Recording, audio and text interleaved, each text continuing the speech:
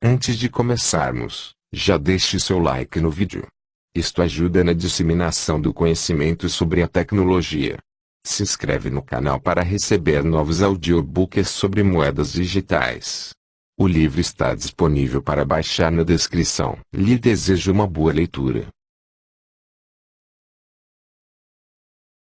Parte 11. As reservas fracionárias, o Tantumben e o Bitcoin. Sob a perspectiva econômica, a probabilidade de aparecimento das reservas fracionárias no sistema Bitcoin é bastante reduzida. Porque o Bitcoin oferece aos usuários as vantagens tecnológicas tanto do dinheiro commodity propriamente dito quanto de um substituto de dinheiro, como certificados de depósitos, os precursores do papel moeda. O aparecimento de um substituto de uma unidade monetária de Bitcoin seria, até certo ponto, redundante. Historicamente, o substituto de dinheiro surgiu como uma forma de reduzir os custos de transação, permitindo um uso mais eficiente do dinheiro, usos que com o dinheiro commodity em si não seriam possíveis. O sistema Bitcoin sobressai-se justamente nesse ponto, pois a base monetária Bitcoin em si já propicia uma redução substancial dos custos de transação quando comparada aos sistemas monetários atuais. Como explicado anteriormente, o Bitcoin é ao mesmo tempo uma moeda e um sistema de pagamentos, algo sem precedentes na história monetária. Mas seria possível conceber a prática de reservas fracionárias com Bitcoins? Sim, é possível. Para entendermos como, é preciso ir ao básico ou à origem da atividade bancária, o depósito de dinheiro. Os bancos surgiram para suprir uma necessidade de mercado, o serviço de custódia de bens monetários. Com o aperfeiçoamento da prática bancária, eles passaram a oferecer não somente o serviço de custódia, mas também de intermediação financeira e de facilidade de pagamentos. É no desenvolvimento do serviço de custódia, contudo, que graves consequências se sucedem. A custódia de dinheiro requer um contrato de depósito entre banco e depositante em que este deposita bens fungíveis para que o banco os guarde, os custodia e os restitua a qualquer momento quando solicitado pelo depositante. Em troca, ao depositante é entregue um certificado de depósito que lhe dá o direito de exigir a restituição do depósito a qualquer momento. Entretanto, ao tratar-se de bens fungíveis, não é obrigatório que o banco restitua ao cliente com as mesmas moedas ou barras de metal precioso que lhe foram depositadas. Basta entregar ao depositante uma quantidade equivalente em gênero e qualidade, ou tantumben, em latim. Com o desenvolvimento da prática bancária, os certificados de depósitos evoluíram a bilhetes de banco. Bastava o portador apresentar o bilhete no caixa para ter restituído seu dinheiro em espécie os quais passaram a circular como se o próprio dinheiro fosse. Os bancos logo perceberam que os depositantes raramente resgatavam seus depósitos, preferindo, em vez disso, transacionar somente com os bilhetes, substitutos de dinheiro, pela praticidade e facilidade de manuseio. Diante dessa constatação, não tardou muito para que as instituições bancárias cometessem um grave delito, o de emitir bilhetes sem lastro algum em dinheiro material. Iniciava assim a prática das reservas fracionárias, em que havia mais bilhetes em circulação emitidos pelos bancos do que dinheiro material em custódia para pronta restituição de quem assim demandasse.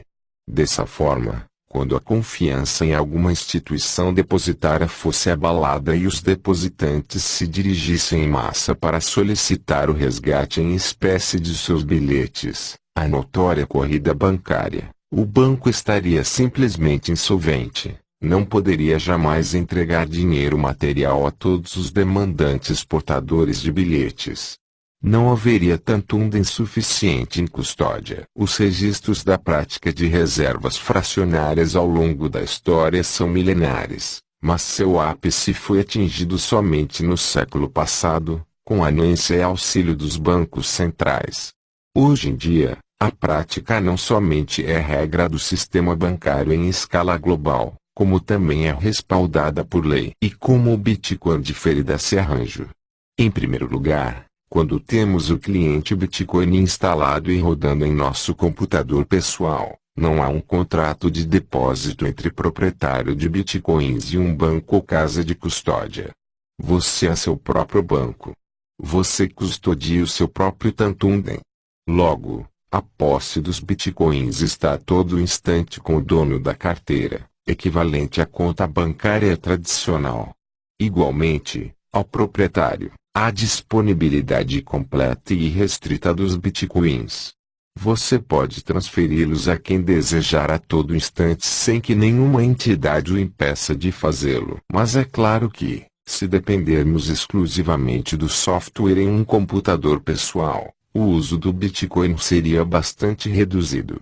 Para suprir essa necessidade, já foram criados serviços de carteira online, como o da empresa Blockchain.info, em que podemos usar um smartphone ou equipamento portátil similar para efetuar transações. Ainda que à primeira vista tenhamos a impressão de que isso constitui um serviço de custódia similar ao oferecido pelo sistema bancário tradicional, há uma grande distinção.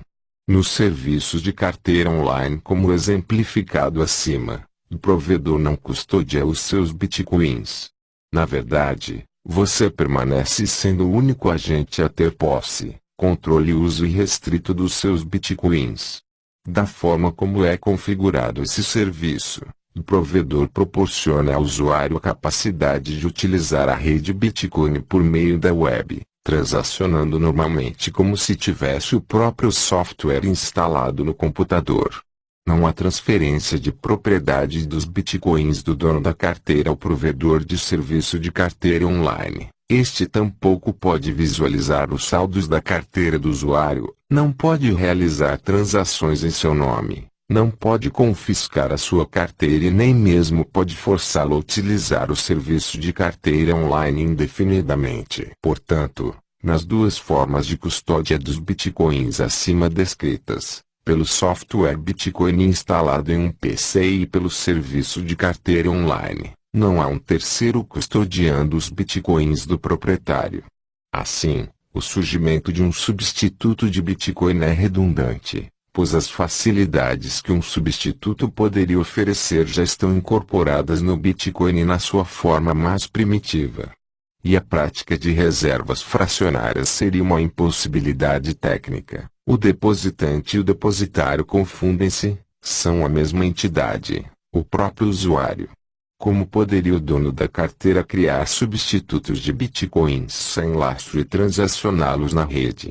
Seria o equivalente à falsificação de Bitcoins, o que é criptograficamente impossível. Entretanto, há serviços de carteira online em que a transferência de posse e controle da carteira ocorre, sim, como é muito comum em casas de câmbio, ou sites que ofereçam pagamento de juros aos saldos de Bitcoins lá depositados.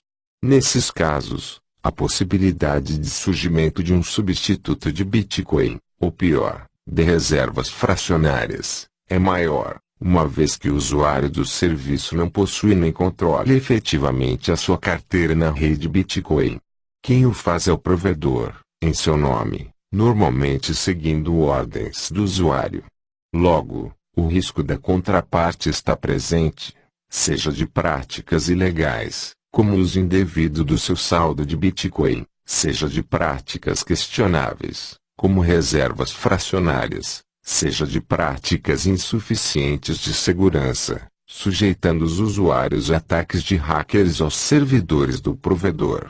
Grande parte dos episódios infelizes de extravio de Bitcoins deve-se a este último caso. O aparecimento da prática de reservas fracionárias com Bitcoins é, portanto, bastante improvável, embora possível.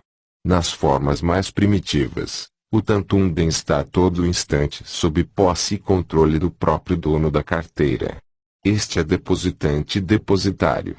Mas enquanto houver serviços de carteira online em que o controle e a posse dos Bitcoins são cedidos ao provedor, o risco das reservas fracionárias existe.